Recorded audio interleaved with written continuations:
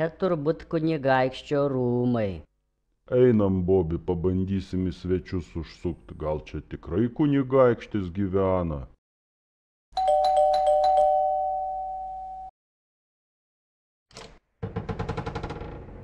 Yes, We want to see a duck. a duck? Follow me. Oh.